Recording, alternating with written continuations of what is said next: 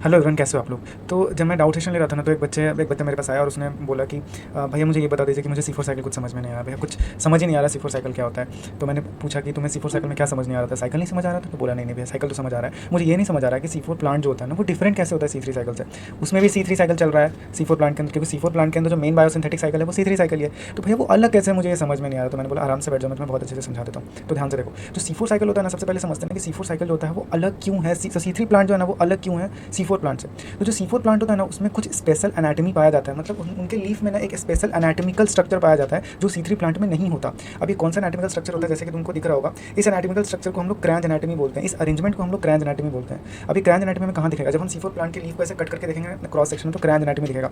अब मुझे बहुत कोई बोलेंगे भैया क्रैंज एनाटॉमी होता क्या है। तो देखो, क्रैंज एनाटॉमी होता कुछ नहीं है। क्रैंज एनाटॉमी जैसे सपोज ये वैस्कुलर बंडल है, वैस्कुलर बंडल के चारों तरफ तुम्हें ना एक लेयर्स ऑफ सेल दिखेंगे, चारों तरफ multiple several layers of cell दिखेंगे। ये जो several layers of cells present होते हैं ना, इन सेल्स को बंडल सीथ सेल्स बोलते हैं। This are bundle sheath cells, जो कि किसको कवर कर रहे होते हैं, सीथिंग किसको कर रहे होते हैं, वैस्कुलर बंडल को सीथ कर रहे होते हैं, इसलिए इनको बंडल सीथ सेल कहा जाता है।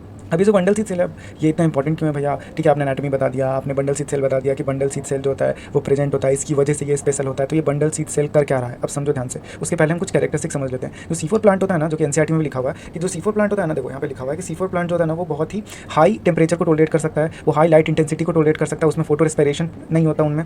और लिखा हुआ है कि plants are adapted to dry and tropical region, मतलब ये उन प्लांट्स में देखने मिलता है ना, C4 प्लांट्स वो प्लांट्स होते हैं ना जो ड्राई और ट्रॉपिकल रीजन में पाए जाते हैं। उसके बाद NCERT लिखता है कि C4 प्लांट में जो पहला फिक्सेशन प्रोडक्ट होता है वो ऑक्सैलोएसिटिक एसिड होता है। रटने की जरूरत नहीं है, तुम जब आगे साइकिल पढ़ोगे तो तुमको बहुत अच्छे से समझ में आ जाएगा। ठीक है, और यहाँ पे लिखा हुआ है कि जो मेन साइकिल होता है वो C3 साइकिल होता है, ये तो डाउट था। ठीक है, उसके बाद मैंने तुम्हें बता दिया कि क्रैंज एनाटॉमी क्या होता है। क्रैंज एनाटॉमी स्पेशल अरेंजमेंट होता है बंडल सीथ सेल का। अब बंडल सीथ सेल का कैरेक्टरिस्टिक्स क्या होता है, तो ध्यान रखना कि बंडल सीथ सेल में यहाँ पे लिखा हुआ है कि जब बंडल सीथ सेल में भी फॉर्म सेवरल लेयर, मैंने बताया था ना कि वैस्कुलर बंडल के चारों तरफ बंडल सीथ सेल क्या करता है, सेवरल लेयर का फॉर्मेशन करता है, not single layer, several layer का फॉर्मेशन करता है, सेवरल लेयर्स का। They are having a large number of chloroplast, मतलब बंडल सीथ सेल में नंबर ऑफ क्लोरोप्लास्ट काफी ज़्यादा होते हैं। And they are characterise by having and they are wall with impervious to gases exchange, ये बहुत important line है, no intercellular space. अभी जो बंडल सीथ को तुम अगर बहुत जूम करके देखोगे ना, देखो नीचे बंडल सीथ का डायग्राम बना हुआ है, नीचे बंडल सीथ को अगर तुम बहुत जूम करके देखोगे ना, तो इनका जो वॉल होता है ना वो काफ़ी ज़्यादा मोटा होता है। तो इनका वॉल काफ़ी ज़्यादा थिक होने की वजह से इनमें जो गैसेस एक्सचेंज है ना वो आसानी से नहीं हो पाता, कोई भी गैस एक्सचेंज नहीं हो पाता, क्योंकि इतना अगर थिक वॉल रहेगा तो कोई भी गैस कैसे एक्सचेंज होगा। ठीक है, वो सब तो समझ में आ गया भैया कि ठीक होने की वजह से गैसेस एक्सचेंज नहीं होता है, ये होता है। पर डाउट तो भैया अभी भी है, वही बात कि क्यों हो रहा है C3 साइकिल, इसमें भी C3 साइकिल क्यों हो रहा है। अब मैं तुम्हें साइकिल समझा देता हूँ। सबसे पहले तुम्हारा डाउट इसके साथ ही क्लियर हो जाएगा। तो जब तुम साइकिल पढ़ते हो तो तुम्हें साइकिल में क्या दिखता है कि जैसे CO2 है, ये मीजोफिल सेल है, बहुत अच्छे से याद रखना। ऊपर की तरफ मीजोफिल सेल होता है, अंदर की तरफ बंडल सीथ सेल होता है। तो जब CO2 एंटर करता है इनटू द मीजोफिल सेल, तो जो प्राइमरी CO2 एक्सेप्टर होता है वेरी इंपॉर्टेंट, वो होता है तुम्हारा PEP। PEP से जब वो अटैच करता है तो वो बनता है प्रोडक्ट, फिक्सेशन प्रोडक्ट बोलते हैं इसको, C4 एसिड बोलते हैं, नाम नहीं जानना। C4 एसिड ये ट्रांसपोर्ट होकर के फर्दर कहाँ आता है, तुम्हारा बंडल सीथ सेल में। उसके पहले जब CO2 अटैच होता है जाकर के PEP के साथ, तो जो एंजाइम यूज होता है वो होता है PEPCASE, that is phosphoenol pyruvate carboxylase. ठीक है, it is an important register for the two register that mesophyll cells lack Rubisco.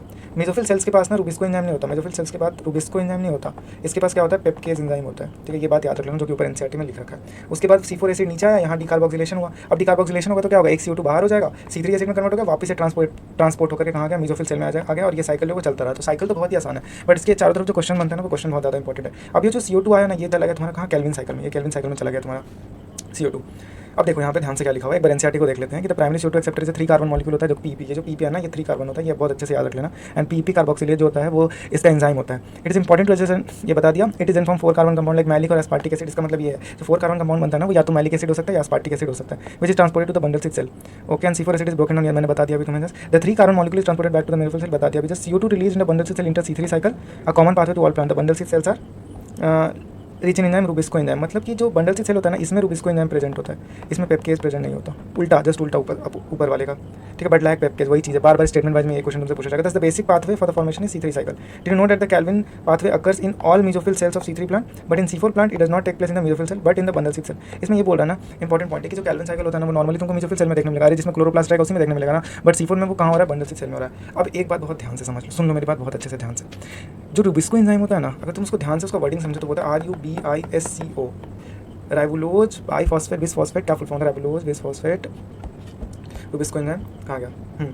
ये देखो, ये जो रुबिस्को एंजाइम प्रेजेंट होता है ना, रुबिस्को, तो रुबिस्को में जो टर्म आता है ना RUBISCO, इसमें कार्बोक्सिलेज और ऑक्सीजनेज दोनों आता है। मतलब कि रुबिस्को एंजाइम का एफिनिटी ऑक्सीजन से भी उतना ही है जितना CO2 के साथ है। तो नॉर्मल मेसोफिल सेल में क्या होता है ना कि sometime it's bind with the oxygen, और ऑक्सीजन के साथ बाइंड होकर क्या करेगा ना, वो प्रोसेस को डिस्टर्ब करता है, वो अलग से प्रोसेस में चला जाता है, दैट इज फोटो रेस्पिरेशन, तुम आगे पढ़ोगे। और उसमें कोई ATP भी जनरेट नहीं होता और NADH भी जनरेट नहीं होता, दोनों में से कोई जनरेट नहीं होता, मतलब वो एक वेस्टफुल प्रोसेस है। ठीक है। लेकिन यहाँ क्या हो रहा है ना, बंडल स्थित सेल, यहाँ क्या हो रहा है ना कि मेसोफिल सेल्स में तो CO2 आ रहा है, CO2 एक्सेप्ट कर रहा है PP और C4 एसिड में कन्वर्ट हो जा रहा है। और जो बंडल स्थित सेल में असल में CO2 नहीं आ रहा, बंडल स्थित सेल में कौन आ रहा है, तो C4 एसिड आ रहा है। इसका मतलब क्या ना, और बंडल स्थित सेल में कोई भी डायरेक्ट गैसेस एक्सचेंज नहीं हो सकता, मतलब यहाँ पे कोई O2 नहीं घुस सकता अंदर, ना ही कोई CO2 अंदर आ सकता है। इसलिए तो CO2 को इनडायरेक्टली लाया जा रहा है इसके अंदर। CO2 डायरेक्ट इसके अंदर नहीं आ सकता। CO2 क्यों नहीं आ सकता, क्योंकि इसका वॉल काफ़ी ज़्यादा मोटा होता है, ना तो इसके अंदर CO2 आएगा, ना तो इसके अंदर O2 घुसेगा, दोनों में से कोई नहीं घुसेगा। इसलिए CO2 को इनडायरेक्ट वे में इधर से लाया जाता है। समझ में आ रहा है, एक इनडायरेक्ट तरीका बना दिया है कि CO2 को अंदर लाने के लिए। इसकी वजह से क्या होता है ना रुबिस्को, इसकी वजह से क्या होता है ना कि CO2 का कॉन्सेंट्रेशन अंदर बहुत ज़्यादा आ रहा है, O2 बिल्कुल भी प्रेजेंट नहीं होता। तो जो रुबिस्को एंजाइम है ना, वो अपना फुल्ली फंक्शनल हो जाता है और सिर्फ CO2 को बाइंड करता है। तो जब ये CO2 को बाइंड करेगा, इसका प्रोसेस जो है वो एफिशिएंट होगा। ऑक्सीजन के साथ बाइंड हो नहीं रहा तो फोटो रेस्पिरेशन नहीं होगा। अगर फोटो रेस्पिरेशन नहीं होगा तो कोई भी वेस्टफुल प्रोसेस हो नहीं रहा है। मतलब जो C4 प्लांट है वो ज़्यादा इफिशिएंट होता है, काफ़ी ज़्यादा इफिशिएंट होता है। अब समझ में आया C4 प्लांट अलग क्यों होता है, क्योंकि इसका एफिशिएंसी बढ़ रहा है सिर्फ और सिर्फ रुबिस्को एंजाइम के पोजीशन की वजह से, क्योंकि ये बंडल स्थित में प्रेजेंट होता है। तो आई होप आपका डाउट भी बहुत अच्छे से क्लियर हो गया होगा और C4 साइकिल का मैंने एक ओवरऑल रिवीजन भी आपको बहुत अच्छे से करवा दिया।